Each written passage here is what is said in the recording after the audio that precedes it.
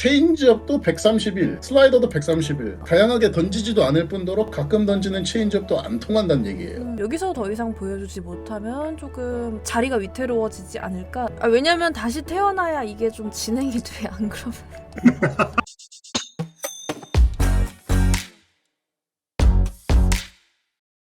안녕하세요. 서울이는 롯데 딸 꽃겨울입니다. 구독과 좋아요 알림 설정까지 부탁드리면서 스프링 캠프가 시작되면서 투수 소식들이 있었습니다. 이강준 선수가 부상을 당하기도 했고요. 그리고 김유영 선수의 인터뷰 기사를 본 게 있어서 김유영 선수에 대하여 말씀을 나눠볼까 합니다. 우리 작가님들과 함께 할게요. 네, 안녕하세요. 레이블입니다. 반갑습니다. 영구입니다. 기본적으로 김유영 선수 1차 지명으로 엄청난 기대를 받고 입단을 했는데 지금 현재 아직까지 이렇다 할 성과가 없는 건 사실입니다. 1차 지명 관련된 영상을 저희가 한번 찍었었죠. 1차 지명 장사. 그때 이제 김유영 선수라든가 강태규 선수, 박선우 선수 등에 대해서 살펴봤었습니다. 제가 냉정하게 그때 얘기를 했었죠. 이 선수들은 1차 지명을 받을 실력을 보여줬던 게 아니라 그냥 그때 경남팜이 안 좋았다라고 얘기를 했었는데 이 오명을 아직 이 선수들이 씻어내지 못하고 있습니다. 말씀하신 김유영 선수 인터뷰를 저도 이제 찾아서 보니까 지금 구속이 144에서 145km 정도 나오고 아픈 데도 없고 페이스도 딱 좋다라는데 이 말에서 좀 의문이 들었어요. 이 선수가 평소에 보여주는 구속이 딱 이 정도거든요. 스프링 캠프에서 이 구속이 나온다는 거는 보통 스프링 캠프 구속에서 크게는 4, 5km까지 이제 끌어올리는 거를 시즌 중에 목표로 해가지고 투수들이 훈련을 하잖아요. 왜냐하면 스프링 캠프 땐 추우니까요. 더군다나 우리가 지금 플로리다라든지 캘리포니아 가가지고 훈련을 할 수가 없는 상황인데 영하의 기온에서 투구 동작을 반복하면 이게 굉장히 근육이랑 뼈에 무리가 가거든요. 근데 본인의 최고 구속이 지금 벌써 나온다. 김유영 선수의 기록을 한번 보겠습니다. 2014년부터 2021년까지 총 5시즌 나왔고요. 호신 페스티벌 평균 구속이 처음 1년 거는 생략하겠습니다. 142라고 봐야겠네. 이 정도 평균 구속이 형성되는 투수가 스프링 캠프에서 144, 145로 던진다는 건 오버페이스가 아닌가 좀 걱정이 됩니다. 본인은 아프지 않다고 하는데 페이스 조절을 좀 할 필요가 있어 보여요. 그렇죠. 아무래도 체력적인 걱정도 분명히 되는 부분이고 정작 순위 싸움이 제대로 시작되는 6월부터 폼이 떨어질 수 있는 컨디션이다 라고도 생각이 되는 부분이 있고요. 통산적으로 봤을 때 평균 구속이 140km 초반대에 형성되던 선수가 스프링캠프에서 144km, 5km를 뿌린다는 거는 시즌 들어가서 140km 후반대의 직구를 뿌리는 게 아니라면 사실상 페이스 조절에 문제가 되는 부분이 생각이 되고요. 이 우려를 만약에 불식시키고 진짜 파이어볼러가 되면 대박이긴 해요. 그러면 자원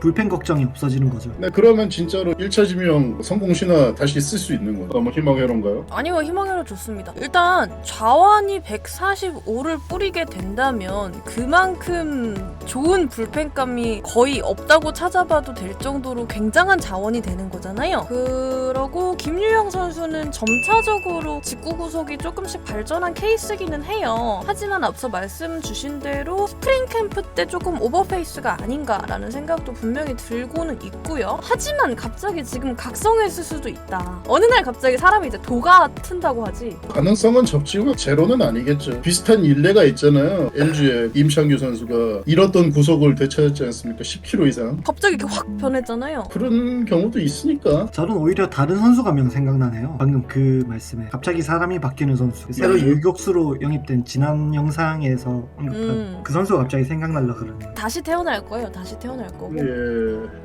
롯데에 다시 태어날 선수가 많구나. 왜냐면 다시 태어나야 이게 좀 진행이 돼. 안 그러면.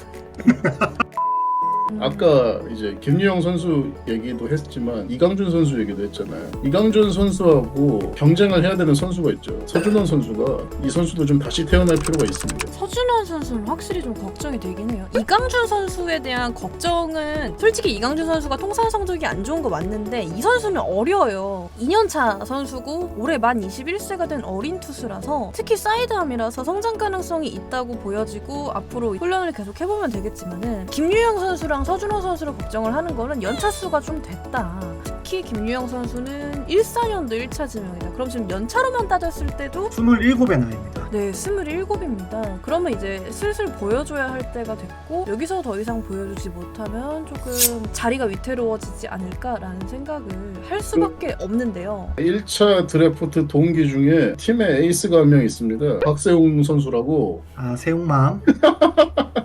세웅이는 인정이지. 그리고 이제 서준호 선수가 2019년도 데뷔를 해서 올해 4년 차가 됩니다. 그런데 단순 ERA로만 따져봤을 때, 그리고 조금 더 나아가서 FIP, WHIP로 따져봤을 때 평균 정도의 성적을 한 적이 없어요. 이 선수도 분발해야 됩니다. 이제 4년 차면은 슬슬 시동이 걸려야 되거든요. 선수들에게 응원을 보내야 되는데 참 좀 냉정한 마음이 좀 자꾸 드네요. 누누이 말씀드리지만 기록은 냉정해야 하는 게 맞습니다. 좀 더 냉정하게 시선을 가지면서 타자 쪽을 조금 살펴봐도 다시 태어나야 될 선수가 좀 있죠. 최민재 선수랑 강동환 선수는 진짜 이제 끝이라는 생각으로 해야 될 것 같거든요. 스위치 히터로 바꾸면서 약간 생명 연장의 꿈을 이뤄냈다라는 생각으로 받아들여지고요. 황민규 단장이 들어와서 첫 번째로 했던 영입이 사실상 최민재 선수잖아요. 다른 선수들은 1년 정도 퓨처스 리그에서 조금 더 경험을 쌓고 자신을 만들어서 1군 뎁스에 진출한 거에 비해서 최민재 선수는 지금 2년 정도의 시간을 부여를 받았음에도 불구하고 아직 1군에서 보여준 것이 없다라는 점에서 굉장히 중요한 시즌이 될 거라고 생각이 들고요. 강로한 선수도 마찬가지라 생각합니다. 저는 이제 최민재 선수의 21년도 통산 기록을 보면은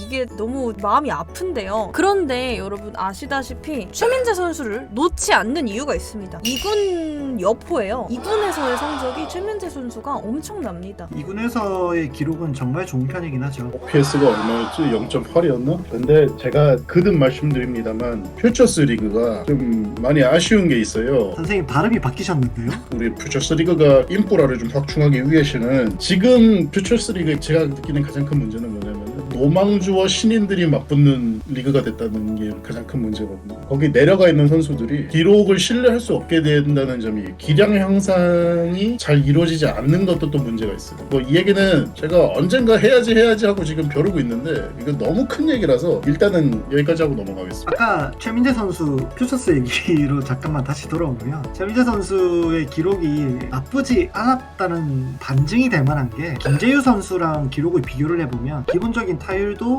2푼 3리가 더 높고요. OPS도 김재유 선수는 7 초반대예요.